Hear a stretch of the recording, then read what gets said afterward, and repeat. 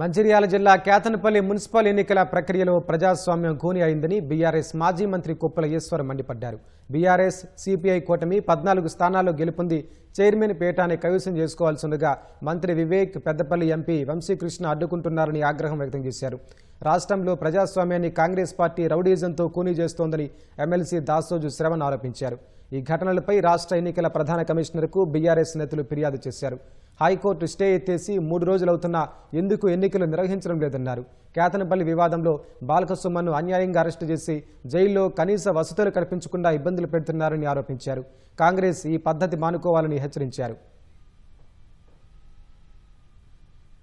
BRS party Yadagiri అనేటువంటి అభ్యర్థి ఎవరైతే 16వ తారీఖు నాడు ఆ రోజు మీటింగ్కి రాలేదో పోటీలో పెట్టింది వారు. ఎన్నికలకు సంబంధించిన మంచి చెడులు చూసుకుంది ఆయనే. బీఫామ్ బీఆర్ఎస్ పార్టీది. ఆయన రాలేదని కేసు ఎవరు పెట్టాలా? పెడితే వీరు పెట్టాలా?